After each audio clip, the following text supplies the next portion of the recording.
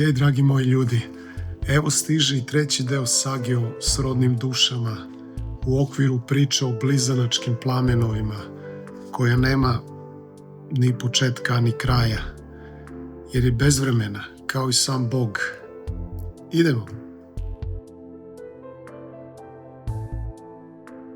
Znači, ja sam bio u trogodišnjoj vezi sa srodnom dušom kad mi se desio susret. Moj blizanac je bio najsenzualnija i najženstvenija devojka koju sam ikada upoznao. A da ne pričamo o inteligenciji i tom duhovnom impulsu. Znači, pravi mutant 5. generacije sa ko zna koje planete. Ona je također vukla jednu srodnu dušu sa sobom, a tu se pojavio još neko kad se vratila za Beograd.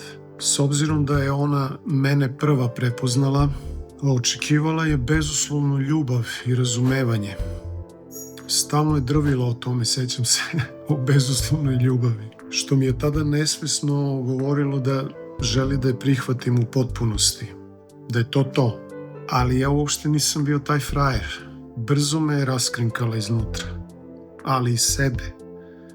To je taj twin flame susret, duša je potpuno ogoljena.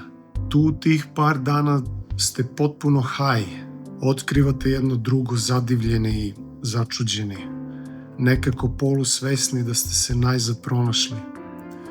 Ja sam čak u nekom magnovanju, kao hipnotisan, napisao na jednoj steni u parku: ovdje su se venčali, stavio naše imena i datum, pa onda to fotkao, kao dokaz tog nebeskog venčanja. Hieros gamos, kako se kaže na grčkom. Ali čitava ta scenografija koja nas je pratila je bila kao na filmu. Znači, od gledanja tog defilea u ambasadi, gdje sam je spazio, do venčanja, očas posla. Šta je fora sa srodnim dušama nakon susreta? One su tu da nas amortizuju, da nam pruže utehu, na neki način predah od svega toga, od tih ogromnih talasa energije na kojima još uvijek ne znamo da surfujemo. Također mislim da je moj blizanac tada imao tu ideju da probudi što više ljudi, kao nekakav ratnik svetlosti. A ja sam je samo zbunio i omeo u tome. Pošto su počeli da se projavljuju ti twin flame fenomeni, ta energetska povezanost, monitoring, imaš utisak da te gleda svo vreme. Javlja se paranoja, negativno gušenje ovdje kad krene nešto da me laže.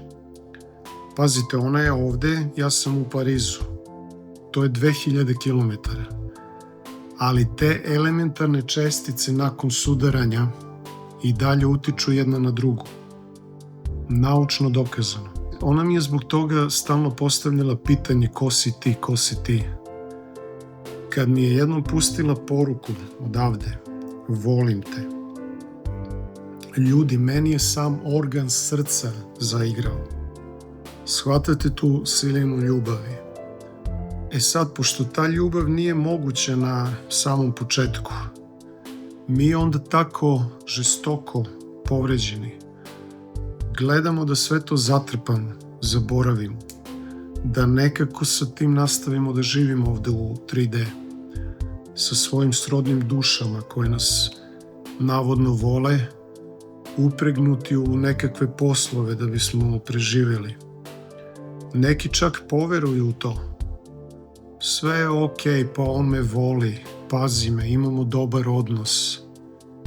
Evo jednostavne vežbice koju možete da probate, da testirate svoju realnost, s kim živite i dokle ste dogurali. Samo počnite da živite autentično, svoju istinu, da živite stvarnog sebe. Kako će odmah početi da naskaču na vas, da vas uopšte ne razumeju, da vas ne prepoznaju. Jer vi ste se prilagodili njima, onima koji uopšte nemaju iskustvo prave ljubavi, već razmene. Ja sam dugo odbijao bilo kakvu vezu Sve sam to posmatrao kao greh, blud, gubljenje vremena. I na kraju krajeva kao prevaru i sebe i te nove srodne duše koja se ludo zaljubljuje. Daje si cela, ulaže u sve to.